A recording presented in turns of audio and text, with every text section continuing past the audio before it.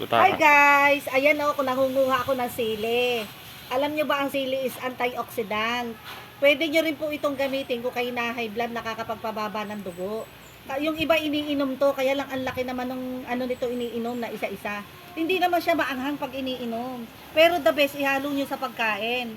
Kasi pag inihalo nyo ito sa pagkain, yung umami na nakakadagdag sa pagkain, nakakapagpagana. Naku guys, nadami ang ano mo, ang kakainin mo pagka may sili. Ganun yun.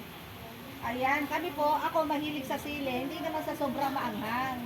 Gusto ko lang po is yung hindi gasinong kaanghangan. Alam niyo ba ang sili kung saan nilalagay? Pwede siyang ilagay sa adobo, sa kaldereta, at dun po sa mga ginata.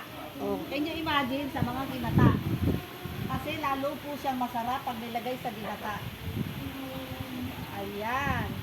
Kaya kukuha na ako ng sili dahil free naman. Sabi ni ate ko nalalaglag lang. Kaya kuhanin ko na daw. Ayan. Ganda no? And dito sa kabila is native. Ito medyo malaki. Ayan no, malaki. Dito sa kabila native siya. Ayan. Ayan. Kaya nakakatuwa. At habang ako'y nangunguha ng sili, is nakakanta yung nanay ko. O, can you imagine, 91 years old, nakakakanta pa sa video okay. Ganyan sila. Nagbibideo okay pa si motherhood. Kaya alam ko, yung kinakanta niya is ano naman niya yon, kapanahunan niya. Kaya siguro wala ng copyright. Diba Meta? Wala ng copyright. Kapanahunan niya yung kinakanta niya.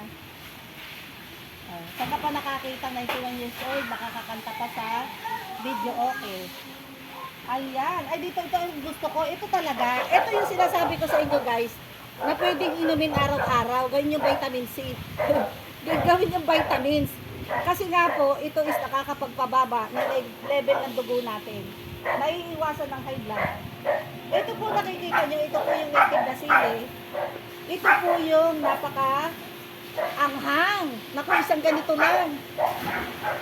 Yummy ng sausawan. Sabi ng ate ko, hindi daw niya to tinanim. Ito daw po ay galing sa ibon. Tinutuka nila. Then alam nyo na po, yung pups ng ibon, tutubo na po siya. Libre tanim si ate ko. Hindi na siya nagtatanim. Ibon na nagtatanim. O diba guys? Kaya ayan o, yung daming sili na to, iuwi ko na lang. Mahal ang kilo nito sa amin. Yun lamang po, and good day.